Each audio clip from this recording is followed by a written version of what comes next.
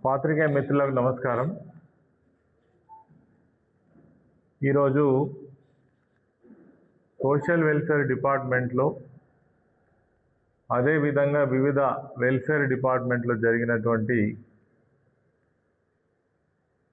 Scam గురించి గత వారం మా గౌరవ నాయకులు హరీష్ రావు గారు అదేవిధంగా ఆర్ఎస్ ప్రవీణ్ కుమార్ గారు చాలా విషయాలను కూడా బయటపెట్టడం జరిగింది. వాస్తవంగా ప్రభుత్వ పరంగా ఒక స్కామ్ జరిగింది, అవినీతి జరిగింది అని అన్నప్పుడు ప్రభుత్వం యొక్క బాధ్యత ఏంటి అంటే ఇందులో ఏ రకమైనటువంటి అవినీతి జరగలేదు, మేము నిజంగా నిజాయితీగా ఉన్నాం, పారదర్శకంగా మేము నిర్వహించినామని నిరూపించుకోవాల్సినటువంటి బాధ్యత ప్రభుత్వంలో ఉన్నటువంటి పెద్దలది. ఎందుకు అంటే ఇది ప్రజాధనం, ప్రభుత్వం ద్వారా నిర్వహించబడుతున్నటువంటి ప్రతి పైసా కూడా ప్రజలకు జవాబుదారీగా ఉండాల్సినటువంటి అవసరం ఉంది. కానీ ఏం జరిగింది, వాస్తవాలన్నీ ఒకవైపు ఉంటే గాలి మాటలు చెప్పి తర్వాత సవాళ్ళు విసిరి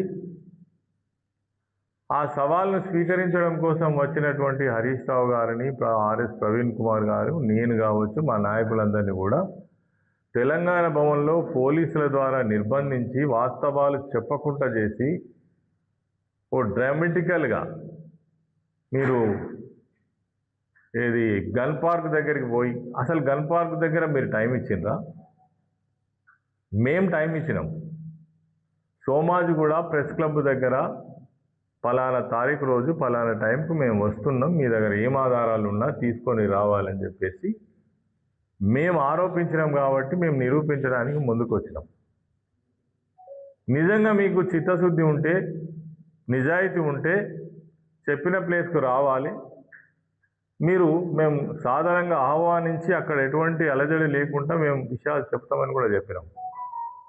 కానీ ఒక డ్రామాటికల్గా మీరు గన్ పార్క్ దగ్గర కూర్చుండి ఓ 2 గంటలు డ్రామా చేసి పోలీసులను ఉసిగొల్పి అక్కడి నుంచి మమ్మల్ని కదలకుండా చేసి హరీష్ రావు గారిని మా అనేక మంది నాయకులను తీసుకెళ్ళి పోలీస్ స్టేషన్లో పెట్టి ఒక డ్రామా చేసిన సంగతి తెలంగాణ ప్రజానికానికైతే స్పష్టంగా అర్థమైందని నేను అనుకుంటున్నా. అసలు ఏం జరిగింది ఈ సోషల్ వెల్ఫేర్ ఇతర డిపార్ట్మెంట్లలో? 2-3 వాస్తవాలు నేను మీ దృష్టికి తీసుకొస్తా. వీటికి ఇప్పటికైనా గౌరవ social welfare minister, BC welfare minister, minority welfare minister వాళ్ళ దగ్గర ఏమైనా ఆధారాలు సమాధానాలు ఉంటే ఇప్పటికైనా బయట పెట్టమని నేను డిమాండ్ చేస్తున్నా. మీరు గాలి మాటలు చెప్పి తప్పుకున్నాడు కాదు, 2-3 సూటి ప్రశ్నలు అడుగుతున్నాం, దానికి సమాధానం చెప్పాలి. గతంలో మా ప్రభుత్వం ఉన్నన్ని నాళ్ళు జిల్లా కలెక్టర్ల ఆధ్వర్యంలో ఈ డిస్ట్రిక్ట్ ప్రొక్రూట్మెంట్ కమిటీ ద్వారానే ఈ కొనుగోళ్ళన్నీ జరిగేవి. ఏ జిల్లాకు సంబంధించినటువంటి ఆ జిల్లాకు ఒక్కసారిగా వీటిని ఈ ప్రాజెక్ట్ మానిటరింగ్ యూనిట్ ద్వారా ఎందుకు మీరు మార్చాల్సి వచ్చిందనేది నెంబర్ 1. ఈ మార్చడం వల్ల ఏం జరిగింది? ఈ జిల్లా కలెక్టర్ల నేతృత్వంలో ఉన్నటువంటి ప్రొక్యూర్మెంట్ కమిటీ చేతిలో నుంచి ఇది గ్లోబల్ టెండర్లకు వెళ్ళిపోయేటువంటి పరిస్థితి పిఎంయు ద్వారా వచ్చింది. ఇవి ఎక్కడ? గురుకుల పాఠశాలలు, సంక్షేమ హాస్టళ్ళు, ప్రభుత్వ పాఠశాలలు, పేద వర్గాలు చదువుకునేటువంటి పేద వర్గాలకు చెందాల్సినటువంటి ఏవైతే ఈ నిధులున్నాయో వీటిని ఖచ్చితంగా ఒక కేంద్రీకృత టెండర్ ప్రక్రియ ద్వారా వీటిని పెద్దవాళ్ళకు కట్టబెట్టాలనేటువంటి ప్రయత్నం కొట్టొచ్చినట్టుగా జరిగింది. అది కూడా ఈ పిఎంయు ద్వారా. అదేవిధంగా జనరల్గా టెండర్ ప్రక్రియ ఎట్లా జరుగుతుంది? టెండరు జారీ చేసే ముందే ప్రభుత్వం యొక్క రేట్లు కానీ దాని నాణ్యత కానీ ఇవన్నీ కూడా టెండర్ ప్రక్రియలో పెడతారు. కానీ వీళ్ళు ఇవేవి పెట్టకుండా కాంట్రాక్టర్లకే మీ ఇష్టానుసారంగా రేట్లు మీరే కోడ్ చేసుకోండి అని చెప్పేసి వాళ్ళకి వదిలిపెట్టి తర్వాత ఈ టెండర్లో పాల్గొనడానికి అర్హత కూడా తారుమారు చేసి పడేసింది. ఏవైతే ఈ ట్రంక్ బాక్సులు కావచ్చు, తర్వాత రకరకాల ఐటమ్స్, టైల్ కావచ్చు, బెల్ట్, స్కూల్ బ్యాగులు సరఫరా, ఇవన్నీ కూడా వీటన్నిటికి ఏం చేసిండ్రు, 10 కోట్ల రూపాయల సాల్వెన్స్, 10 కోట్ల రూపాయల ఇయర్లీ టర్న్ ఓవర్. అదేవిధంగా ఈ బెల్ట్లు, స్కూల్ బ్యాగులు వీటికి సంబంధించి 20 కోట్ల రూపాయల టర్న్ ఓవర్. అదేవిధంగా నోట్బుక్లు, పేపర్లు, వీటన్నిటి కోసమేమో 40 కోట్ల రూపాయల సాల్వెన్స్, 150 అంటే 150 కోట్ల రూపాయల టర్న్ ఓవర్ కావాలని ఈ పిఎంయు ద్వారా నిబంధనలను మార్చడం జరిగింది. ఈ నిబంధనలను మార్చడం వల్ల ఇవాళ వీళ్ళు గ్లోబల్ టెండర్లు పిలిచేటువంటి అవకాశాన్ని కావాలనే తీసుకోవడం జరిగిందనేది మా ప్రధానమైన ఆరోపణ. మీరు 2026 సంవత్సరంలో ఈ టెండర్లు పెట్టే ముందు జీవో 17 ద్వారా ఈ పిఎంఐని తీసుకొచ్చిందా లేదా ముఖ్యమంత్రి, అదేవిధంగా సంక్షేమ శాఖకు సంబంధించినటువంటి ప్రధానమైనటువంటి social welfare minister Adluri Laxman, దీనికి సమాధానం చెప్పాలి. మేమేం చేయలే, రూపాయి అవినీతి జరిగితే మేము రాజీనామా చేస్తాం, ఇవి కాదు, క్వశ్చన్ టు ఆన్సర్. అదేవిధంగా దొరికినట్టు అంటే ఒక్కనికే కట్టబెట్టిరు అనేది. తర్వాత ఈ నోట్బుక్స్ కానీ, తర్వాత ఈ ప్లేట్స్, గ్లాసులు, స్పూన్స్, రకరకాల ఐటమ్స్ ఉంటాయి. వీళ్ళంతా కూడా ఈ నార్త్ నుంచి వచ్చినటువంటి వాళ్ళకే కట్టబెట్టిరు.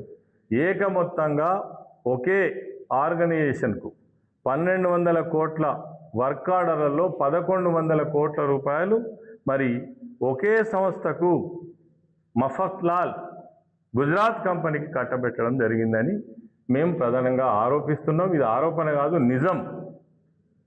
మీ టెండర్ డాక్యుమెంట్ తీసుకొస్తే మీ బండారం బయట పడుతుంది. అదేవిధంగా దీంట్లో నేను ప్రధానంగా చెప్పేటువంటి ఒక విషయం, అడ్లూరు లక్ష్మణ్కు దీని మీద అవగాహన ఉంటే మాట్లాడాలి, ప్రెస్ మీట్ పెట్టాలని నేను కోరుతున్నా. ఇప్పుడు గతంలో జీవో నెంబర్ 1 ఎప్పుడు వచ్చింది అని అంటే 2024లో జీవో నెంబర్ 1, ఇది మేము ప్రభుత్వంలో ఉన్నప్పుడు జీవో నెంబర్ 1 తీసుకురావడం జరిగింది. అదేవిధంగా జీవో నెంబర్ 110, ఇది కూడా 21/4/2022 మేము అధికారంలో ఉన్నప్పుడు ఈ 2 జీవోలు తీసుకురావడం జరిగింది. ఈ 2 జీవోలు ఏం చెప్తున్నాయి అని అంటే, తెలంగాణలో ఉన్నటువంటి వీవర్ సొసైటీస్ ఏదైతే తెలంగాణ టెస్కో ఉందో, ఈ ప్రభుత్వ రంగ సంస్థలకు సంబంధించినటువంటి బట్టలు కావచ్చు, ఇతర వస్తువులు కావచ్చు, వాళ్ళకు తప్ప ఎవరికి ఇవ్వవద్దు అనేటువంటిది ఈ జీవో చెప్తా ఉన్నది. ఎందుకు అనంటే దాదాపుగా 18,000 మంది వీవర్స్తో పాటు 40,000 మంది కుటుంబాలు ఆధారపడుతున్నటువంటి తెలంగాణ రాష్ట్రంలో ఆ వర్గాన్ని కాపాడడం కోసం ప్రత్యేకంగా తీసుకువచ్చినటువంటి జీవో. అదేవిధంగా మాత్రమే బయటికి టెండర్ పిలవాలి, కానీ మేము నాన్ అవైలబిలిటీ సర్టిఫికెట్ ఇవ్వలేదు, మాకు నిలవకుండానే టెండర్లు పిలిచిందని వీళ్ళు కూడా ఏది టీజీ లిడ్ క్యాప్ ఏదైతే ఉందో వాళ్ళు కూడా మరి హైకోర్టును ఆశ్రయిస్తే వాళ్ళ జీవోను కూడా గౌరవించి హైకోర్టు ఆ టెండర్లను కూడా రద్దు చేసింది. అంటే 3 సార్లు 3 హైకోర్టు ఆర్డర్లు వచ్చినాక కూడా మీరు ఏకమొత్తంగా ఇవన్నిటిని పక్కకు పెట్టి ఈ గుజరాత్కు సంబంధించినటువంటి మఫత్లాల్ కంపెనీ, అదేవిధంగా ఇతర రాష్ట్రాలకు సంబంధించినటువంటి కంపెనీలకు కక్కుర్తి పడి 100 కోట్ల రూపాయల కమిషన్ల కోసం ఈ యొక్క కాంట్రాక్టర్లు కట్టబెట్టడం జరిగింది. మఫత్లాల్ కంపెనీకి నేను ఇంతకుముందే చెప్పిన, ప్రత్యక్షంగా 639 కోట్లు, మరి పరోక్షకంగా 1199 కోట్లు school bags, trunk boxes, ID cards, తర్వాత ప్రొవిజన్స్ సంబంధించినటువంటి మొత్తం కాంట్రాక్టరు గుజరాత్కు సంబంధించినటువంటి మఫత్లాల్కి ఇవ్వడం జరిగింది. నేను అంటున్నా, లక్ష్మణ్ కుమార్ గారు జవాబు చెప్పాలి, ఈ జీవో 1 ఉన్నది నిజమేనా కాదా? జీవో 110 నిజమేనా కాదా? ఈ 2 జీవోలు ఉండగా మీ ప్రభుత్వం, మీ ముఖ్యమంత్రి కావచ్చు, నువ్వు కావచ్చు, మళ్ళీ జీవో 17 ద్వారా పిఎంయు ఎందుకు తీసుకొచ్చిండ్రు?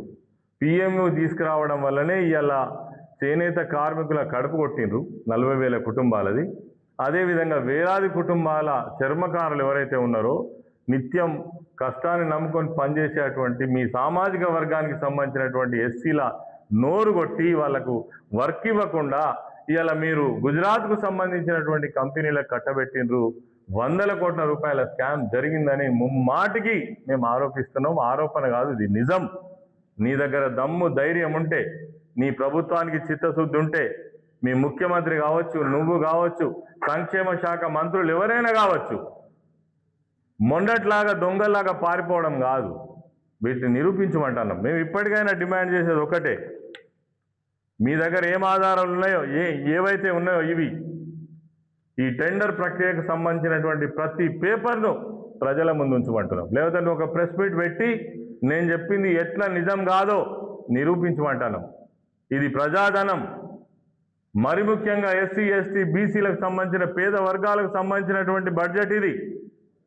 దీన్ని